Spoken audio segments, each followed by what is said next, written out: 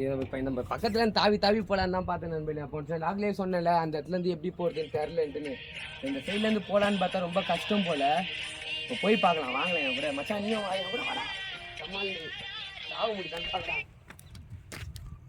நான் நடுவில் பாருனா வச்சுக்கிறேன். வலிக்கு கிளிக்கு வந்துட்டுனா சிக்கமாயிட்டேன். வேணாம் இப்போ தான் நம்ம ஃப்ரெண்டு ஒருத்தன் வரையா. சரி இந்த பக்கம் போகலாம் வாங்க போ.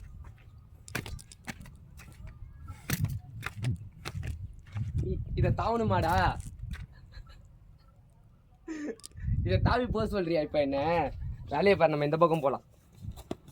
முடியாது, நான் அந்த பக்கம் பார்க்கணும் பாரு.